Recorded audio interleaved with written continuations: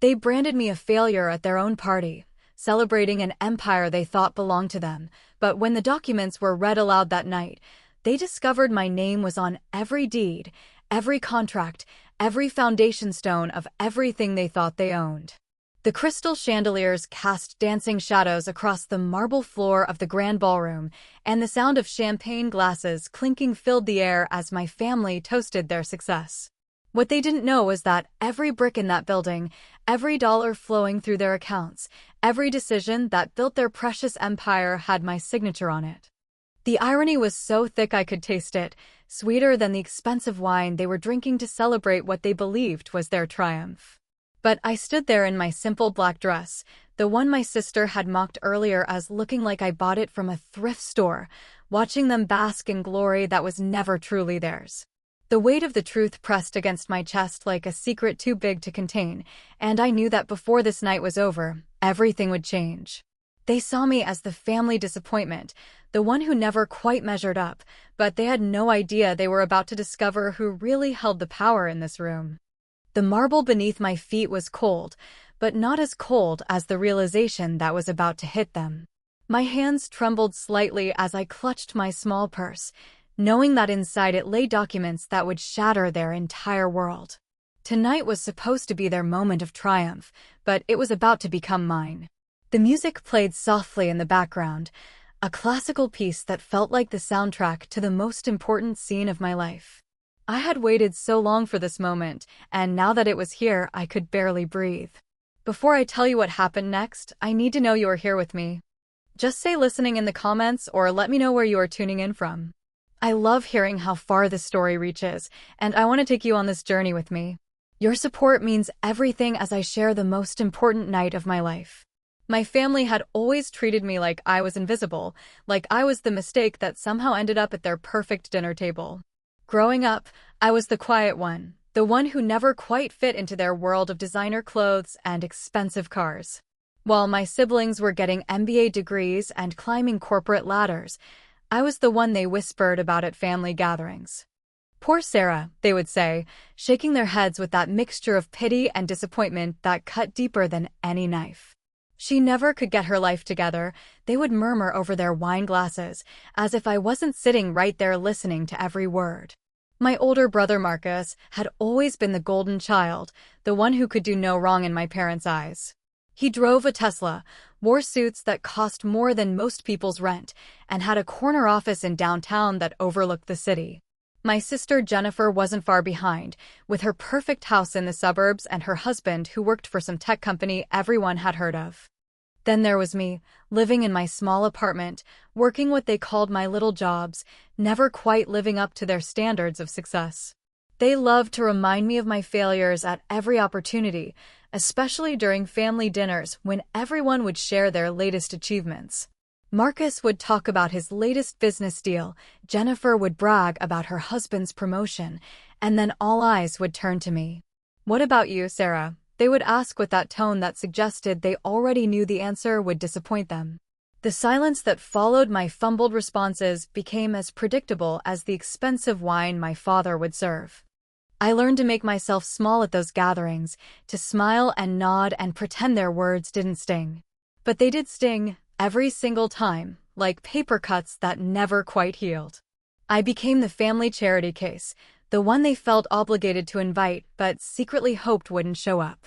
My mother would introduce me to her friends as her daughter who was still finding herself, as if I was some lost 20-something instead of a grown woman with her own life. The condescension dripped from every interaction, thick and suffocating like humidity on a summer day. I watched them build their lives, their careers, their reputations, while I remained in the shadows, dismissed and forgotten.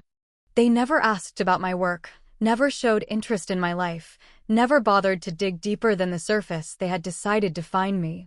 The assumptions they made about my failures became their truth, and after years of being treated like a disappointment, I had almost started to believe it myself. But I held on to something they couldn't see, something that kept me going through all their dismissive glances and cutting remarks. I held on to the truth that someday, somehow, they would have to see me differently. I just never imagined it would happen like this.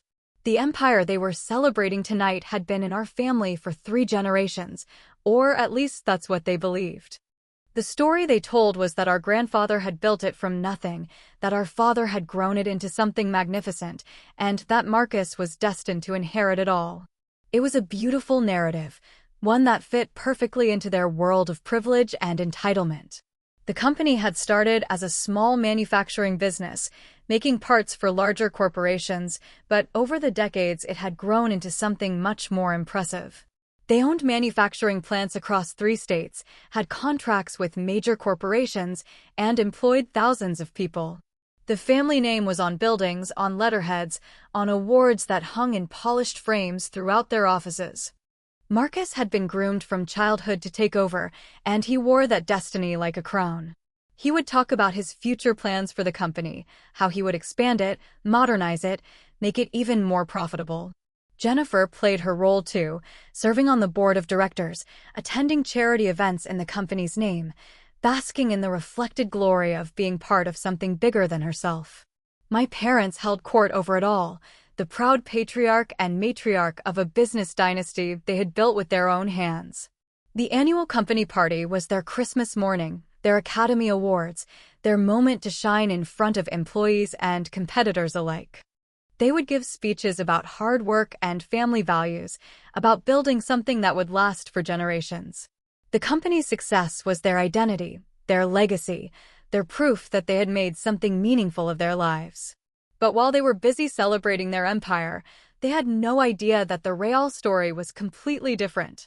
The truth was hidden in legal documents filed in dusty courthouse records, in banking statements that never crossed their desks, in contracts signed in conference rooms they had never entered.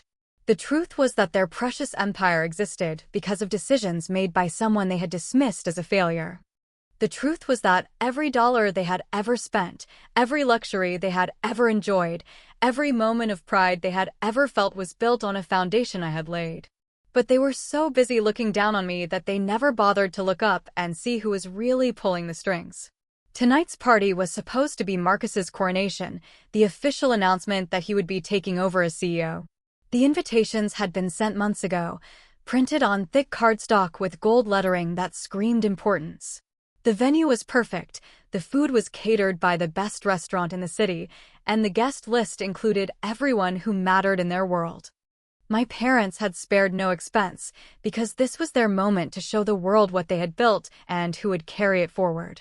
Marcus had been preparing for this night for months, probably years if I was being honest. He had his speech memorized, his suit tailored to perfection, his confidence polished to a gleaming shine. Jennifer had planned the decorations, the seating arrangements, the timeline of events with the precision of a military operation. Everything was choreographed to perfection, designed to showcase the family's success and Marcus's readiness to lead. I had received my invitation 3 weeks ago, a formal card addressed to Miss Sarah Thompson, as if I was some distant relative instead of their daughter and sister. The invitation felt like an afterthought, like they had remembered at the last minute that they probably should include me. When I called to RSVP, my mother's voice had that tone she used when she was trying to be polite but wasn't really excited about something. "Oh yes, dear," she had said, "of course you should come. It's a family celebration after all." The way she said it made it clear that while I was technically family, I wasn't really part of the celebration.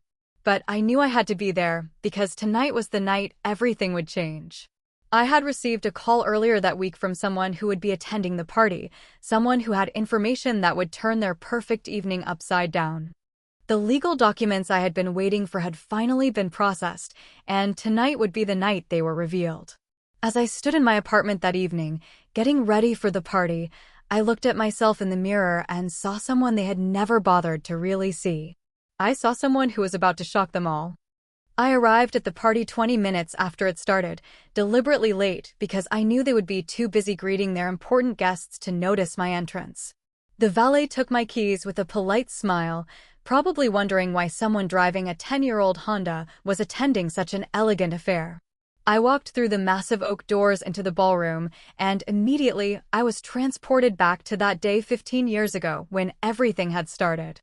I was 22 then, fresh out of college with a business degree my family had barely acknowledged, when I received a call that changed everything. My grandfather, the man who had supposedly built this empire, was dying, and he wanted to see me. Not Marcus, not Jennifer, not my parents who had been running the company for years. He wanted to see me, the family disappointment, the one who never quite measured up to their standards. I remember driving to the hospital that rainy Tuesday morning, wondering why he had asked for me specifically. We had always been close when I was younger, but as I grew up and the family began to see me as their black sheep, our relationship had become more distant. When I walked into his hospital room, he was sitting up in bed, looking friendlier than I had ever seen him, but with eyes that still held the sharpness that had built an empire. "Sarah," he said, his voice barely above a whisper, "I need to tell you something that your family doesn't know." The machines around his bed beeped steadily as he began to tell me a story that would change my life forever. The company they all thought he had built, the empire they believed was his legacy, had actually been saved by a decision he made 30 years ago. The business had been failing, drowning in debt, about to lose everything when he made a choice that would protect it from bankruptcy. He had transferred ownership to a trust, a complex legal structure that would keep the company safe from creditors and ensure its survival. But the trust needed a trustee, someone who would legally own everything while the family continued to run the day-to-day operations. He had chosen me, even though I was just a child at the time, because he believed I was the only one in the family who wouldn't let power corrupt me. The documents were already filed, the legal structure already in place, and on my 21st birthday, I had automatically become the sole owner of everything my family thought belonged to them. I sat there in that hospital room, listening to him explain how the company they had been running for decades was actually mine, how every decision they made ultimately needed my approval, how every dollar they spent was technically my money. The weight of what he was telling me was overwhelming, but he wasn't finished. He explained that he had set up a management company to handle the day-to-day operations, and that my parents had been employees of that company for years without realizing it. Marcus's corner office, Jennifer's board position, their salaries, their benefits, their entire lifestyle was funded by a company that belonged to me. But there was a catch, a condition that had kept this secret buried for so long. I couldn't reveal the truth until certain legal requirements were met, until I had reached a specific age and completed certain educational requirements. I had to prove I was ready to handle the responsibility before I could claim what was rightfully mine. The years that followed were the strangest of my life, watching my family live off my success while treating me like their charity case. I continued to work my small jobs, the ones they mocked and dismissed, while secretly meeting with lawyers and accountants who managed my empire. I attended board meetings they never knew about, made decisions that affected their lives while they remained completely oblivious. The manufacturing plants they were so proud of expanded because I approved the budgets. The new contracts Marcus celebrated were signed because I authorized them. The charity events Jennifer attended were funded by money that belonged to me. It was like living in two different worlds, one where I was the family failure and another where I was the puppet master controlling everything they held dear. I learned to compartmentalize, to separate my public persona from my private reality. During family dinners, I would sit quietly while they discussed company business, knowing that every strategy they debated would ultimately need my approval.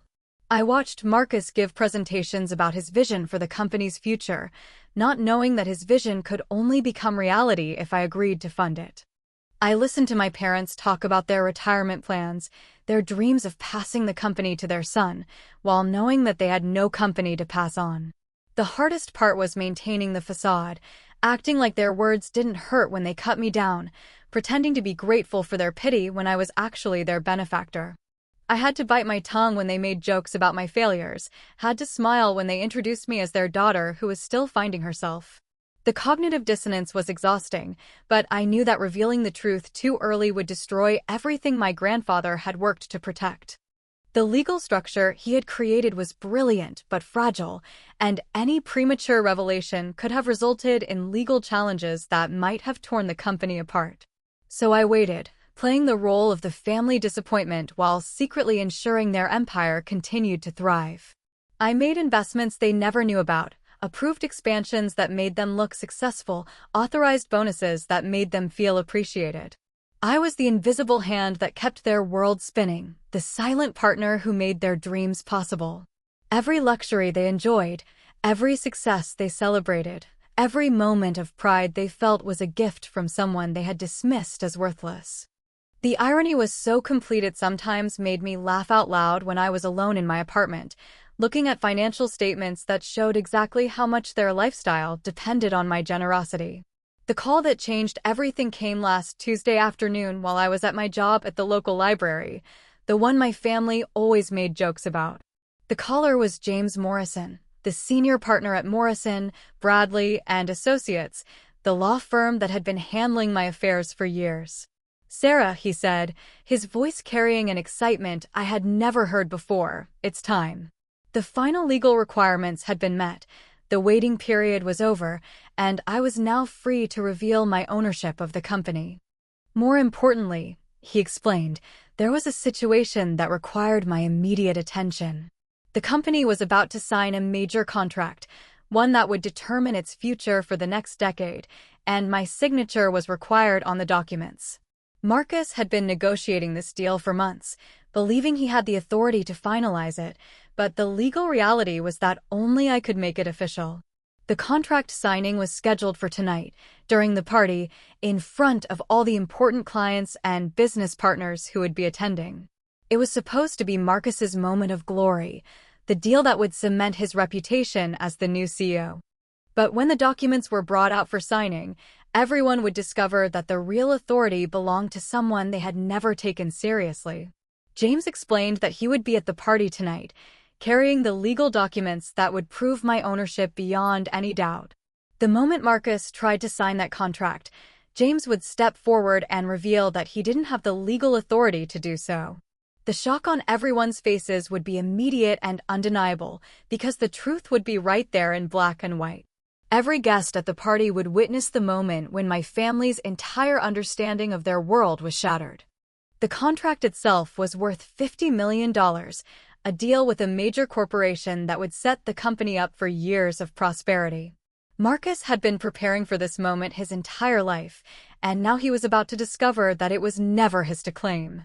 I hung up the phone and sat in the quiet library, surrounded by books and silence, knowing that my life was about to change forever. The weight of the moment was almost unbearable, but I knew it was time. I had played the role of the family disappointment for long enough, had endured their dismissal and condescension while secretly ensuring their success. Tonight they would finally see who I really was, and nothing would ever be the same. As I walked through the party that night, watching my family in their element, I couldn't help but think about how different things would have been if they had just treated me with a little respect. If they had included me in their conversations, asked about my life, shown even a hint of interest in who I really was, I might have shared the truth years ago. But they had made their choice, and now they would have to live with the consequences. I saw Marcus across the room, handsome and confident in his tailored suit, surrounded by admirers who hung on his every word. He was holding court, telling stories about his latest business victories, completely unaware that his entire world was about to crumble. Jennifer was nearby, elegant in her designer dress, laughing at something one of the board members had said. My parents were mingling with the guests, playing the perfect hosts, basking in the glory of what they believed was their family's achievement. The irony was exquisite, and I had to admire how perfectly orchestrated this moment was. They had planned this party to celebrate their success, to announce Marcus's promotion, to show the world what they had built. Instead, they had inadvertently created the perfect stage for their own downfall. Every important person in their business world was here, every client and partner and competitor they wanted to impress. The witness list for their humiliation couldn't have been more complete if I had planned it myself.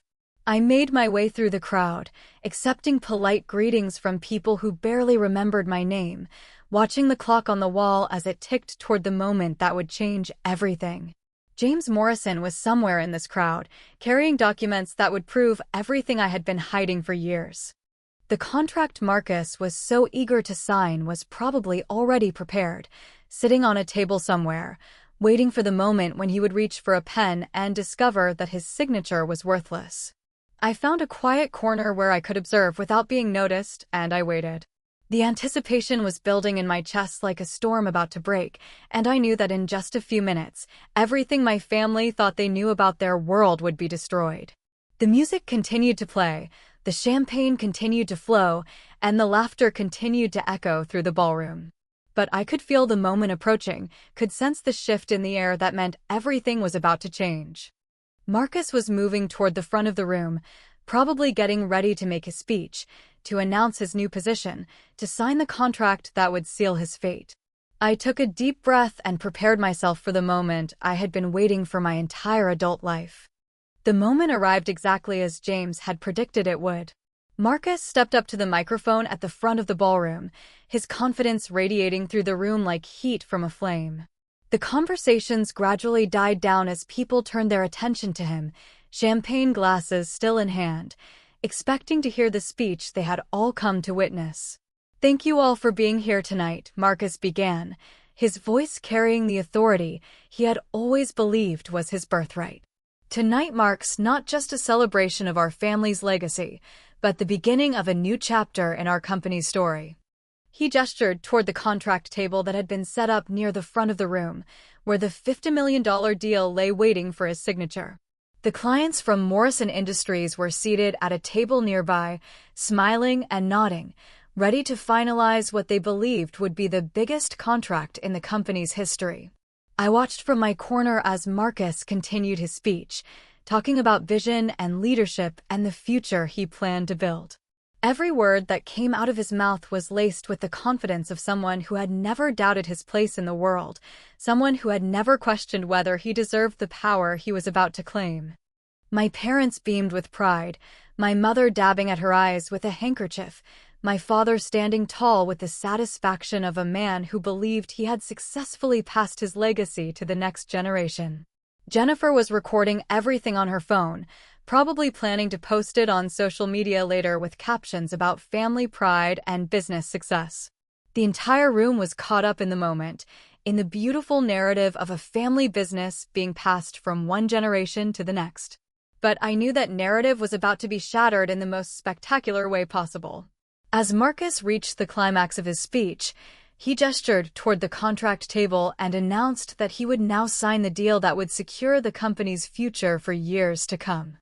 The applause was thunderous, and I could see the satisfaction on every face in the room. This was their moment of triumph, their proof that they had built something worthy of celebration. Marcus walked confidently toward the table, pen in hand, ready to make history. The clients from Morrison Industries stood up, ready to shake hands and pose for pictures once the deal was finalized. My parents moved closer, wanting to be part of the moment when their son officially took control of everything they thought they had built. The entire room was focused on that table, on that contract, on the signature that would supposedly change everything. That's when James Morrison stepped forward from the crowd, and the entire atmosphere in the room shifted like air pressure dropping before a storm. "Excuse me," he said, his voice cutting through the celebration like a knife through silk, "but there seems to be a misunderstanding about who has the authority to sign that contract." Marcus paused, his pen hovering over the signature line, confusion flickering across his face like a shadow. James was a distinguished man in his 60s, wearing an expensive suit and carrying a leather briefcase that looked like it contained important documents. The confidence in his voice was absolute, the kind of authority that comes from years of handling legal matters that could make or break entire companies. "I'm James Morrison from Morrison, Bradley, and Associates," he announced to the room, "and I need to clarify some legal matters before any signatures are placed on these documents." The silence that followed was deafening, broken only by the soft classical music that continued to play in the background. Marcus looked around the room, searching for support, for someone to explain what was happening. His face had gone pale, and I could see the first hints of panic creeping into his eyes. My parents exchanged glances, my father stepping forward with the kind of protective anger that comes when someone threatens your family. "What exactly are you suggesting?" my father demanded, his voice carrying all the authority he believed he possessed. James opened his briefcase with deliberate calm, pulling out a thick folder of documents that looked official and intimidating. "I'm not suggesting anything," he replied, his voice steady and professional. "I'm stating a legal fact. The person who has been running this company for the past 15 years does not actually own it, and therefore does not have the authority to sign contracts on its behalf." The confusion in the room was palpable, like fog rolling in on a clear day. I could see people looking at each other, trying to understand what was happening, trying to figure out if this was some kind of elaborate joke. Marcus set down his pen, his hand trembling slightly, and turned to face James with a mixture of anger and bewilderment. "That's impossible," he said, his voice cracking slightly. "This company has been in our family for 3 generations. My grandfather built it, my parents have been running it, and I'm about to take it over. It's our legacy, our life's work." James nodded sympathetically, as if he understood the shock that was about to come. "You're absolutely right that it's been in your family," he said, his voice gentle but firm. "But the legal ownership was transferred 30 years ago to protect the company from bankruptcy. Your grandfather was a brilliant businessman who made a decision that saved everything you're celebrating tonight. But that decision involved transferring ownership to a trust, and that trust has a very specific beneficiary." The room was so quiet I could hear my own heartbeat pounding in my ears. This was the moment I had been waiting for, the moment when everything would change forever. James looked directly at me across the room, and I felt every pair of eyes follow his gaze. "The legal owner of this company," he announced, his voice carrying to every corner of the ballroom, "is Sarah Thompson. She has been the sole proprietor of everything you see here for the past 15 years, and she is the only person with the authority to sign this contract." The silence that followed was unlike anything I had ever experienced. It was as if time itself had stopped, as if the entire universe had paused to absorb the magnitude of what had just been revealed. I could see my family's faces changing in real time, confusion giving way to shock, shock giving way to disbelief, disbelief giving way to something approaching horror. Marcus's mouth fell open, and the pen slipped from his fingers, clattering onto the marble floor with a sound that echoed through the silence like a gunshot. My mother's hand flew to her mouth, her eyes wide with an expression I had never seen before. My father's face went through a series of emotions so quickly I could barely track them all. Jennifer looked like she had been struck by lightning, her phone still recording everything, capturing the moment when their entire world collapsed. The guests in the room were looking back and forth between James and me, trying to understand what was happening, trying to piece together a story that made no sense to them. I could see the clients from Morrison Industries exchanging glances, probably wondering if they had walked into some kind of family drama that would affect their business deal. The weight of every eye in the room was on me now, and I knew that this was my moment to step forward and claim what had always been mine. I walked slowly toward the front of the room, my simple black dress feeling more appropriate than ever, my quiet confidence finally having a chance to shine. The crowd parted as I moved through them, whispers following in my wake like ripples on a pond. When I reached the contract table, James handed me the folder of documents, and I could see my family's faces clearly for the first time. The expressions they wore were exactly what I had expected, a mixture of shock, confusion, and dawning realization that everything they thought they knew about their lives had been a lie. I took the documents from James and looked at my family, these people who had spent years making me feel small and worthless, who had dismissed my potential and mocked my struggles. For just a moment, I felt the temptation to be cruel, to throw their years of condescension back in their faces, to make them feel as small as they had made me feel. But that wasn't who I was, and it wasn't who I wanted to be. Instead, I spoke quietly, my voice steady despite the magnitude of the moment. "I know this is shocking," I said, addressing not just my family, but the entire room full of people who were witnessing this revelation. 15 years ago, Grandfather made a decision to protect this company from bankruptcy by transferring it to a legal trust. He chose me as the beneficiary because he believed I would use that responsibility wisely, and I hope I have lived up to his expectations. I looked directly at Marcus, seeing the devastation in his eyes, and I felt a pang of sympathy for him despite everything. "You have been an excellent manager," I told him, "and that won't change. This company has thrived under your leadership, and I want that to continue." I turned to my parents, who were still staring at me like they were seeing a stranger. "You built something beautiful here," I said, my voice gentle but firm. "You took grandfather's vision and made it reality, and I'm grateful for everything you've accomplished. But the legal reality is that I own it, and I have owned it for 15 years. The contract from Morrison Industries is an excellent opportunity, and I'm prepared to sign it right now." I picked up the pen that Marcus had dropped, feeling its weight in my hand like a scepter of power I had never asked for but had always possessed. "Before I sign this," I continued, "I want everyone in this room to understand something. This family has always been my priority, and that isn't going to change. The success of this company depends on all of us working together, and I hope we can find a way to move forward that honors both the truth and the relationships that matter most to me."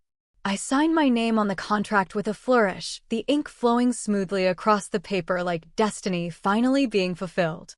The sound of my pen on paper was the only noise in the room, and when I finished, I looked up to see James nodding with approval and the clients from Morrison Industries looking relieved that their deal was finally official. The aftermath of that moment unfolded like a slow-motion movie, each reaction playing out with crystal clarity.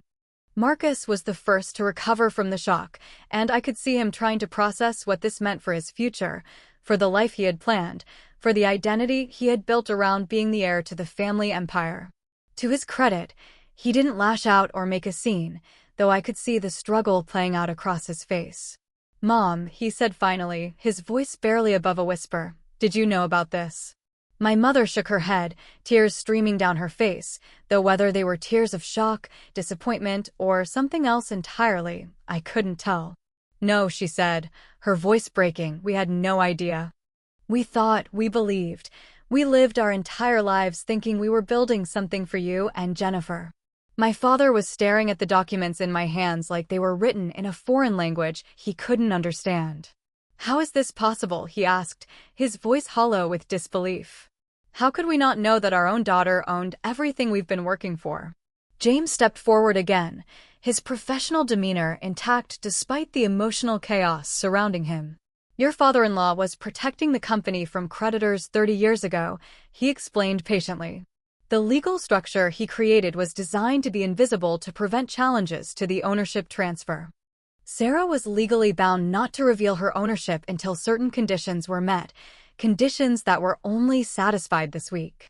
The room was beginning to buzz with quiet conversations as people tried to understand what they had just witnessed. I could see some of the business partners looking impressed, probably thinking about how this revelation might affect their relationships with the company. Others looked concerned, wondering if this family drama would create instability in their business dealings.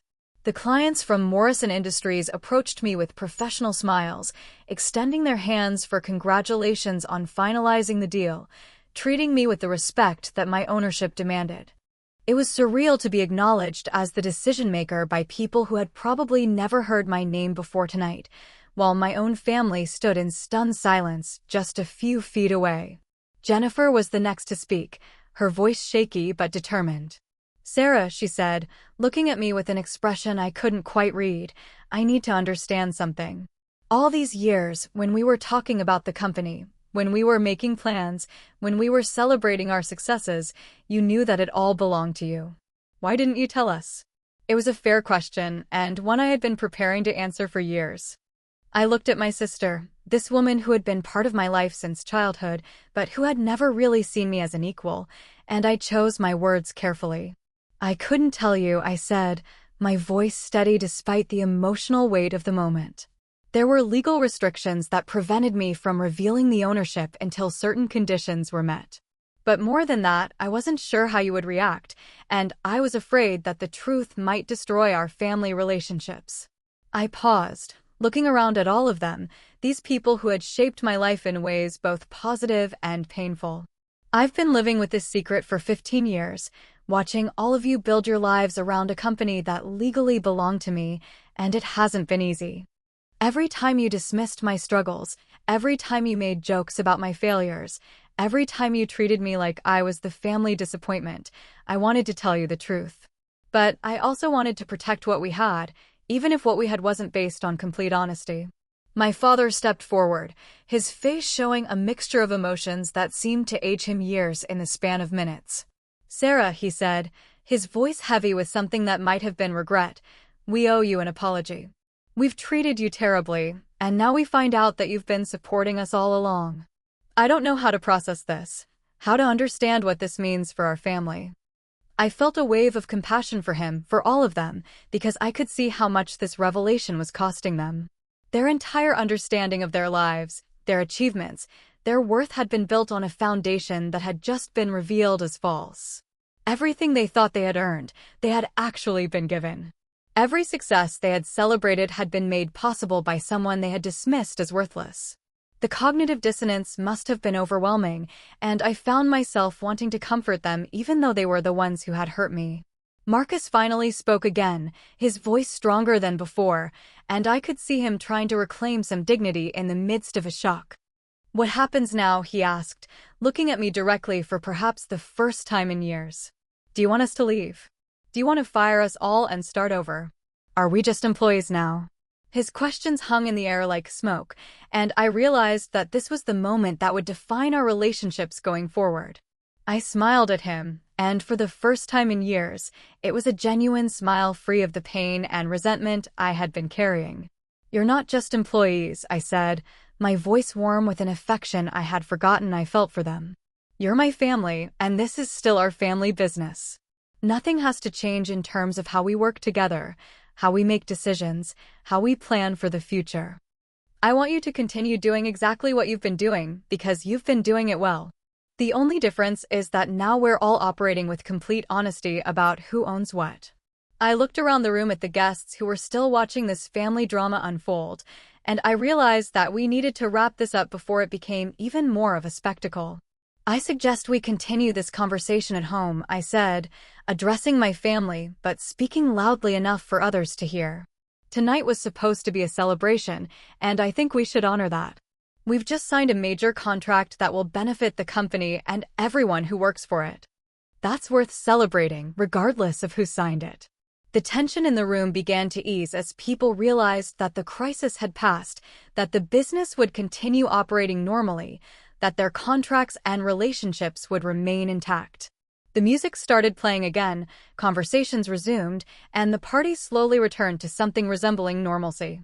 But I could see my family standing together, still processing what had happened, still trying to understand how their lives had just changed forever.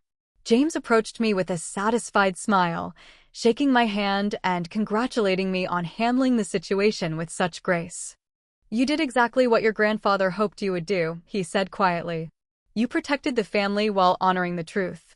He's proud of you." As the evening wound down and guests began to leave, I found myself standing with my family in a quiet corner of the ballroom, all of us exhausted by the emotional weight of what had transpired. "We have a lot to talk about," my mother said finally, her voice subdued but not unkind. "There's so much we need to understand, so much we need to work through." I nodded, feeling lighter than I had in years, as if a burden I had been carrying for decades had finally been lifted from my shoulders. "We do," I agreed, and I'm looking forward to those conversations. For the first time in my adult life, we can be completely honest with each other about everything. No more secrets, no more pretending, no more dismissive comments about my worth or my contributions. We can start building a relationship based on truth, and I think that's something worth celebrating.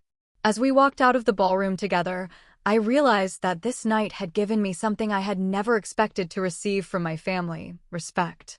Not the grudging acknowledgement that comes from obligation, but genuine respect earned through revelation and grace. They finally saw me as I really was, not as the failure they had created in their minds, but as the person who had been supporting them all along. The empire they had been celebrating was still theirs to manage and enjoy, but now they knew who had made it all possible. And for the first time in 15 years, I felt like I truly belonged in my own family.